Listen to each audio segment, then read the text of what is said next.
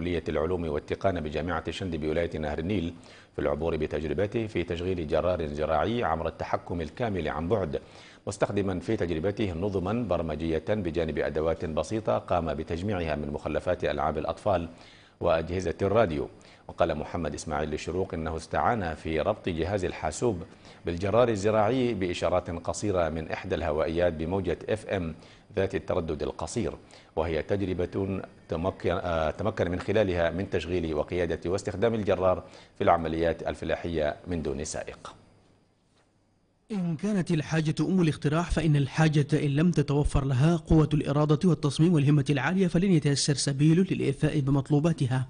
ومطلوبات الحاجة للاختراع ومقومات وقدرات الوصول إليه حاضرة بقوة في نفس الطالب محمد إسماعيل حاج علي وعقله المتفتق. فهبة الخالق جادت عليه بقدر عال من العبقرية والذكاء أعانته في تنفيذ فكرته، وذلك بالتحكم الكامل في الجرار الزراعي بدون سائق.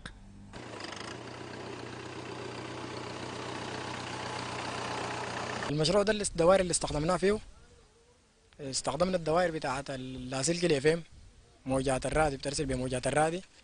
وهنا في البرنامج ده بتقوم عندنا دايره بتاعت استقبال من الجهاز بتاع اللابتوب، بتستلم الدايره بتاعت الارسال، بتسلمها دايره الاستقبال دايره تنفيذيه. يعني جات اشاره رقم واحد بتسلمها للدايره في الجزء رقم واحد، بتنفذها، بتشغل الموتور او الجهاز بتاع الهيدروليك او الحاجه المتحكم فيها في التراكتور رقم واحد.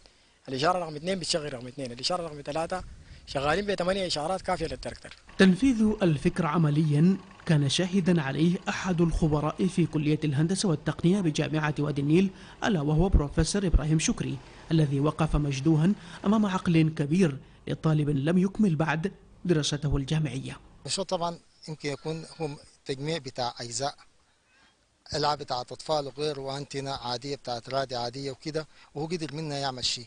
فكده ليه احنا لو اشترينا القطعة الأصلية بتاعت الأشياء دي وربطناها مع بعض وعملناها في شكل صندوق، ممكن نستفيد منها في شيء كتير. بالإضافة لكده يعني المشروع ده ممكن يتنفذ في مجال تاني غير المجال بتاع إن نسوق بتراكتور، ممكن نستعمله في التحكم بتاع حاجات كتيرة جدا ميكانيكية وآلية. واختيار محمد إسماعيل للجرار الزراعي دون غيره من الآلات والمتحركات بناه على فلسفة خاصة وتبرير حشد فيه الأسانيد الموضوعية والمنطقية. التراكتور من أكثر الآليات المنتجة هنا وفي حوجة للشغل بها، ومشاكل كثيرة. أنا ذات في الإجازات وفي الفترات دي اشتغلت بتراكتورات كثيرة، فدي فكرة بتاع التحكم في آلة المجدية مع لغات البرمجة، لأنه الشغل تكراري، الشغل بتاعت الحراطة تكرارية، التراكتور بيظل يكرر لحد ما يغطي كل المساحة